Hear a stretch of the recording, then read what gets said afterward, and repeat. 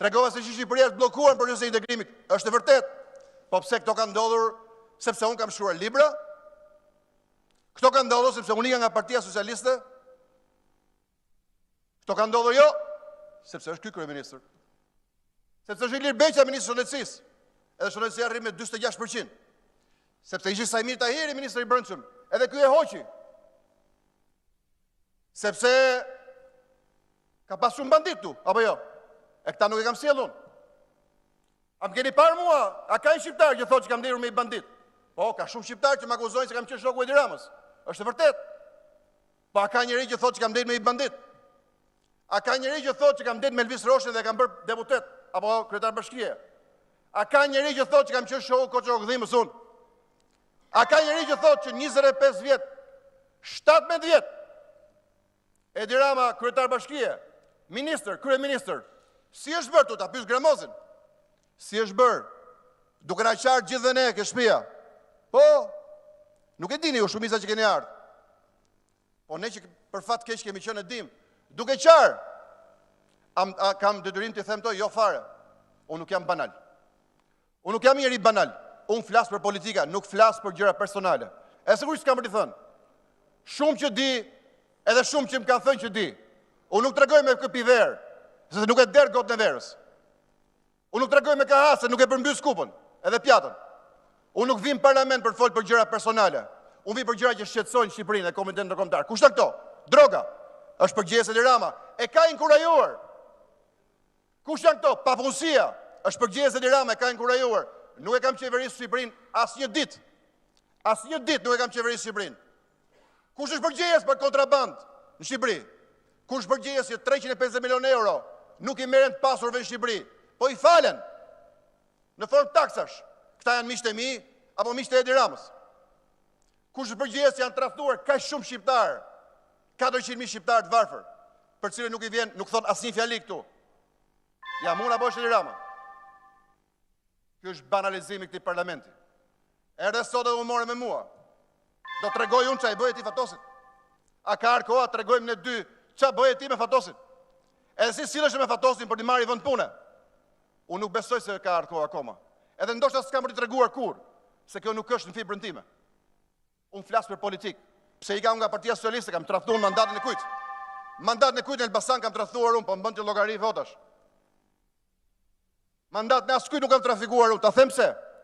Nëse do e mbaj atë mandat, siç donit ju, duhet kisha votuar që ligji i arsimit lart nga publik bëhej privat. Duhet kisha votuar që armët kimike të vinin në Shqipëri dhe të lmonim gjithë. Duhet kisha votuar që të vinin në mbetje në Shqipëri. Duhet isha bërë si Elvis Roshi. A duhet në emër kujt ishte ky mandat?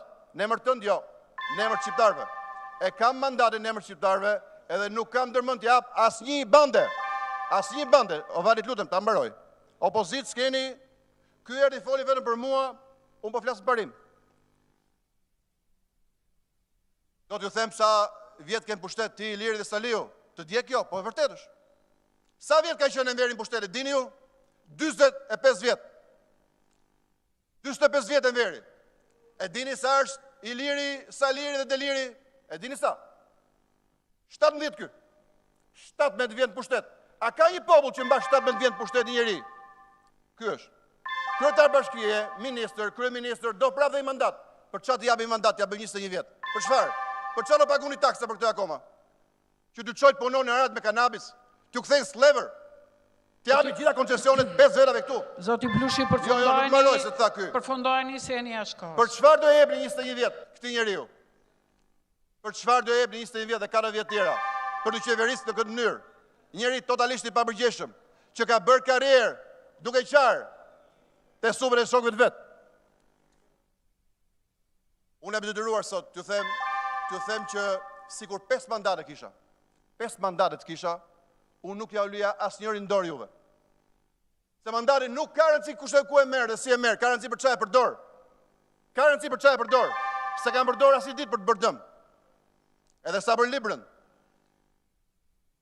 A keni pa kryeministrin më banal, që konsideron më të rëndësishme për një vend, një armë me kanabis, se sa i bibliotek. Është e vërtet, unë vi nga biblioteka dhe e kam për nder. Unë vi nga biblioteka, unë shkoj drejt bibliotekës, sepse librat janë liria ime. Unë nuk kam vrarë njëri, as kam bënë sytë kur është vrarë njëri, as kam bjellë në gjë me armë kanabis. Unë kam shkruar libra në këtë vend. Edhe kush ai që beson që ky që e ka mbush Shqipërinë me drogë, i pas ka bërë t'i vëndi më mirë se njëri që shkruan libra. Zoti Blushi. Ja pra kjo është e vërteta. Ne jetë s'duhet zgjadem se e lexoj, po e le pra. Fjalën ka deputeti Hafizi. Jo, të lutem. Mbajti kryeministri një fjalim kundër me, një fjalim për njeriu degraduar totalisht. Je i degraduar si mik edi. Ti je i degraduar si mik, jo vetëm si kryeministër. Nuk ngrihet njëri të flasi kështu në një parlament serioz, dini që po ndryshon qeverinë. Megjithatë po të themi gjë.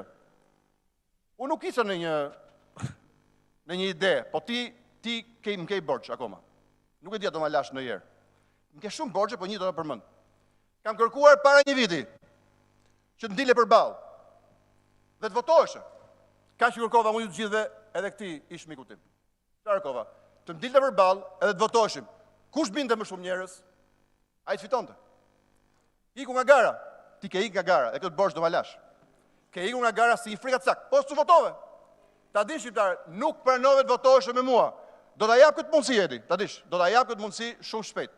Ti ke ikë nga gara si i frika cak, edhe nuk ka njeri. Më dhimbsesh fakt, më dhimbsesh. Nuk ka njeri që mund ngrihet tu dhe të flasi kur i ka ikë një gare. Ne jemi kuaj race, ne shkojmë në garë, edhe sikur të vritemi. Po ai që ikën nga garës nuk e meriton këtë fjalë, ti je frika cak. Ti më ke ikur nga gara. Edhe kjo është arsye që unë nga Partia Socialiste. Sepse unë qefe.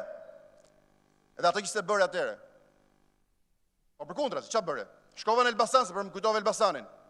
Dolën 200 vera aty pianec. Edhe horra. Zjarr fikset e bashkisë të qazimit. Edhe më sulmuan mua, ç'a bëre ti? U bëre me ata. Je për të dhimbsur. Më sulmoi Elvis Roçi mua, ç'a bëre ti? U bëre me ata. Ka pas njerëz këtu në këtë grup parlamentar, kanë nxjerr armën. Duke sulmuar deputet, u bëre me ata. Ti e bërë me gjithë horrat e Shqipërisë. Edhe prandaj nuk meriton më të jesh miku im. Megjithatë historia vazhdon, ndil përballë, edhe mos u bësi sot që vjen këtu dhe ma fjalime kundër shpinës. Ti e dhe e kekët, vret mas shpine. E din të gjithë. Po, kryeministri ka fjalën, zoti kryeministër.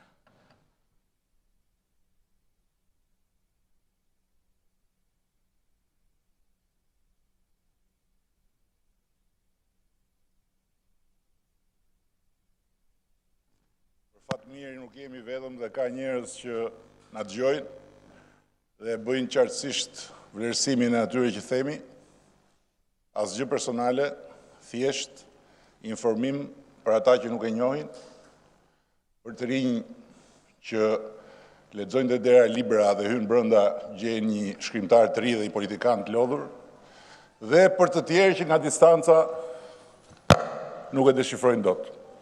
Dhe kjo prap tani nuk është replik me të, s'kishta replik me të. Ajo që ka thash ishte detyrim ndaj njerëzve dhe detyrim ndaj shokëve tanë, ministra dhe gjithë tjerëve këtu që sa herë futen në gojën e tij duhet të ndjehen sikur janë në nofullën e Saliut. Ajo që kam dëshirë të tregoj, ne e dim, po për ata që nuk e njohin, është historia e akrepit me Bretkocën. I thot akrepi Bretkocës të t'hipin kurris që ta kalojnë bashkë të lumë, hajde i thot Bretkoca. Dhe mund mes lumit akrepi i fut thumbin. Qa bën i thot Bretkoca? Në mbytet dyve. S'kam që bëj, tha, është në natyrën time. Kryetari i 297 i partisë 297 politike shqiptare në formë veture personale. Mbi derë shkruhet libra, po brenda ka vetëm një shkrimtar të ri e politikan shumë të vjetër, që për një karrige shumë të vjetër në parlamentin e ri, shikoheni, e ka kthyer vetveten në personazhin e fryrë me ajrin e ambicjes tij. Një personazh i sajuar, tamam si në letërsi, po ma këtë herë njeri i gjallë, në librin e jetës sonë reale, i cili sapo ka zbritur këtu mes nesh, mes shkretëve shqiptar nga një planet tjetër, për t'ju dhënë pushtetin të varfërve, sapo t'i ke dhënë dërmën partive të vjetra. Ky është sot miku ynë Beni, të dashur shok ti, gjithë ju këtu. E kam dëgjuar vetë, ndonjëherë, dhe kam dëgjuar shpesh prej jush se si në këtë foltore është rropatur duke recituar hartime të mbushura me mblefin e vetë të pangushëllueshëm. Është rropatur të krijojë personazhin e tij në sytë atyre që se njohin, sepse janë shumë të rinj, ose nuk e deshifrojnë se janë shumë të lodhur. Dhe s'kam dashur asnjëherë të kushtoj kohë dhe fjalë, përveç se një herë që më detyroi nga një interpelancë e qartur parlamentare ku më thiri bashkë me zotin Nardi dhe me zotin Vangjeli. Kam menduar që miku ynë i betuar si kundërshtar nuk meriton përgjigje.